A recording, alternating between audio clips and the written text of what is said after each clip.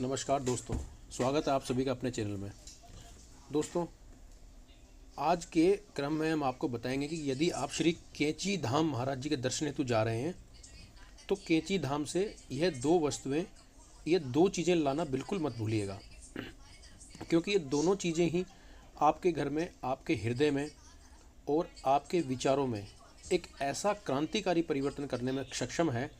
जिससे कि आप महाराज जी की अद्भुत कृपा से निहाल हो जाएंगे। तो आइए क्रमबद्ध तरीके से बात कर लेते हैं। आज के इस अद्भुत क्रम के ऊपर देखें, जब भी आप श्री कैंची धाम जाते हैं तो निस्संदेह है श्री कैंची धाम जी की जो धरा है वह इतनी पावन है कि, इतनी दिव्य है कि श्री महाराज जी का साक्षात आशीर्वाद वहाँ पर वास करता है। जब भी आप श्री कैंची धाम में पग रखते हैं तो आपको एक ऐसी अद्भुत ऊर्जा का अनुभव होता है जो कि स्वयं महाराज जी के हृदय से प्रवाहित होकर आपको स्पर्श करती है। वो एक ऐसी दिव्य ऊर्जा है जहाँ पर कि आपका जो हृदय है, आपका जो अंतर्मन है, वह इस बात को बहुत अच्छे से समझने लग जाता है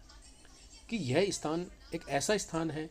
कि आपने अपने जीवन में कभी भी अनुभव नहीं किया होगा कि श्री कैंची धाम में। वैसे तो हमारी बहुत इच्छाएं होती है कि महाराज जी के दर्शन करते करते हृदय इतना परिपूर्ण हो जाता है कि मन ही नहीं करता कि श्री कैंची धाम से वापस आएँ।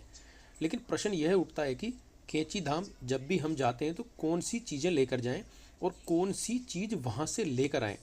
तो सबसे पहली चीज़ आपको बता दें, स्वयं श्री महाराज जी श्री हनुमान जी के अवतार माने जाते हैं। तो ऐसे में श्री हनुमान जी का सबसे ज़्यादा प्रिय है वो है लड्डुओं का भोग। जब भी आप कैंची धाम जाएँ तो प्रसाद स्वरूप के लिए, भोग स्वरूप के लिए आप लड्डुओं का भोग अवश्य लगाएं, क्योंकि महाराज जी को भी लड्डू बहुत प्रिय हैं। और जब भी आप कैंची धाम जाते हैं तो मुख्यतः वहाँ बहुत सी प्रसादी की दुकानें हैं जहाँ से आप बेसन के लड्डू या सामान्य जो लड्डू होते हैं वह आप खरीद कर महाराज जी के भोग के लिए ले जा सकते हैं। और इससे भी अच्छा अगर बताया जाए तो महाराज जी को सबसे ज़्यादा प्रिय है वो ये है कि आप जहाँ से भी, यानी जिस भी घर स्थान से महाराज जी के दर्शन हेतु जा रहे हैं, घर से बना हुआ भोग यानी कि सात्विक भोजन आप महाराज जी को घर में बना हुआ जो भी प्रसाद है, भोजन प्रसाद में ले जा सकते हैं। घर से बने लड्डू भी ले जा सकते हैं, जो भी घर से बना हुआ प्रसाद। और अगर आप उसका भोग लगाएं तो महाराज जी को उससे अच्छा भोग कोई नहीं हो सकता। ये बात महाराज जी की कई अद्भुत कथाओं में भी आती है कि जहाँ पर महाराज जी को कई अनन्य भक्तों ने घर से बने हुए भोजन प्रसाद लगाया है और महाराज जी को बहुत ही अच्छा लगा है। अब बात आती है, जब आप श्री कैंची धाम जाते हैं तो वहाँ से क्या लेकर आना चाहिए। मैं आपको दो आज एक ऐसी अद्भुत चीज़ें बताऊँगा जो आप श्री कैंची धाम से लेकर आएँ तो बहुत ही अच्छी ही और बहुत ही ज़्यादा अद्भुत कृपा महाराज जी की आपको प्राप्त होगी। सबसे पहली चीज़ ये है कि जब भी आप कैंची धाम में जाएँ तो वहाँ से जो प्रसाद आपको प्राप्त होता है, मुख्यतः आपको वहाँ से चने का प्रसाद प्राप्त होता है,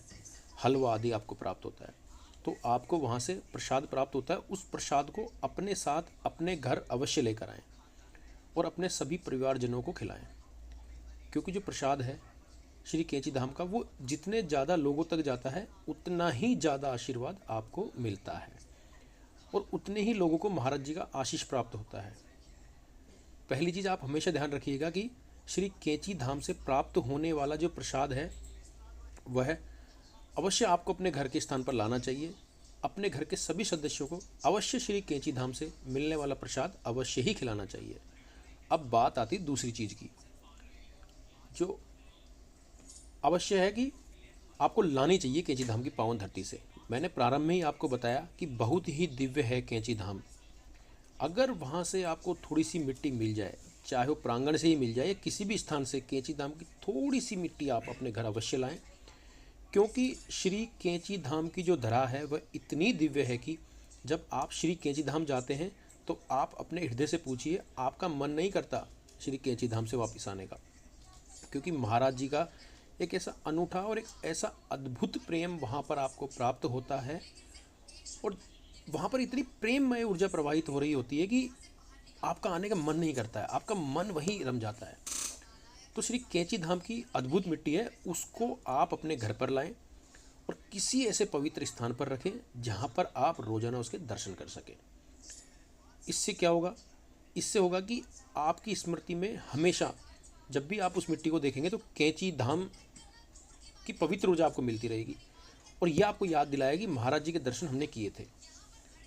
और कैंची धाम की जो मिट्टी है, जिस भी पवित्र स्थान पर आप रखेंगे, ऐसा स्थान स्वाभाविक तौर पर बहुत सिद्ध और बहुत ही अच्छा और बहुत ही सकारात्मक ऊर्जा को आकर्षित करने वाला बन जाएगा। और ऐसा कहा जाता है कि महाराज जी वहाँ पर स्वयं विद्यमान हो जाते हैं और ऐसी जगहों पर कोई नकारात्मक ऊर्जा आ ही नहीं सकती। अब दोस्तों मैं एक बात और बता दूं आपको, जो भी दोस्त या जो भी भक्त हैं वही चैनल के माध्यम से अगर महाराज जी से जुड़ने का प्रयास कर रहे हैं तो उसमें एक चीज़ और जोड़ना चाहूँगा कि जब आप महाराज जी का छवि चित्र को या महाराज जी के स्वरूप को अपने गृह स्थान पर प्रस्थापित नहीं किया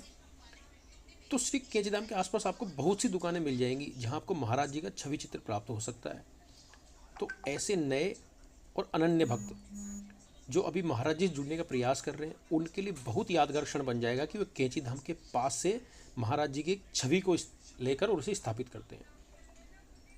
तो दोनों चीज़ें होंगी, पहला तो ये कि आपको स्वयं महाराज जी की याद दिलाएगी और दूसरा आपके कैंची धाम की जो यात्रा है उसकी स्मृतियाँ आपके लिए यादगार बनती जाएंगी। अगर आप ये छवि चित्र वहाँ से लेकर आते हैं तो सबसे अद्भुत बात मैं आपको बता दूं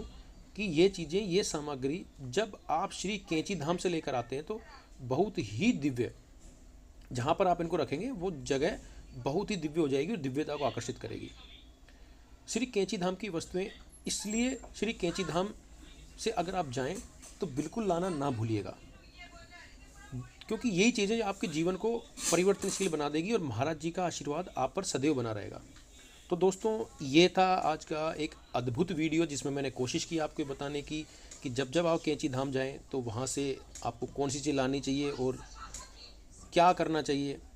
तो दोस्तों अगर आपको वीडियो पसंद आया तो आप इसे लाइक करें, शेयर करें और चैनल को ज़रूर सब्सक्राइब करें। Okay, thank you.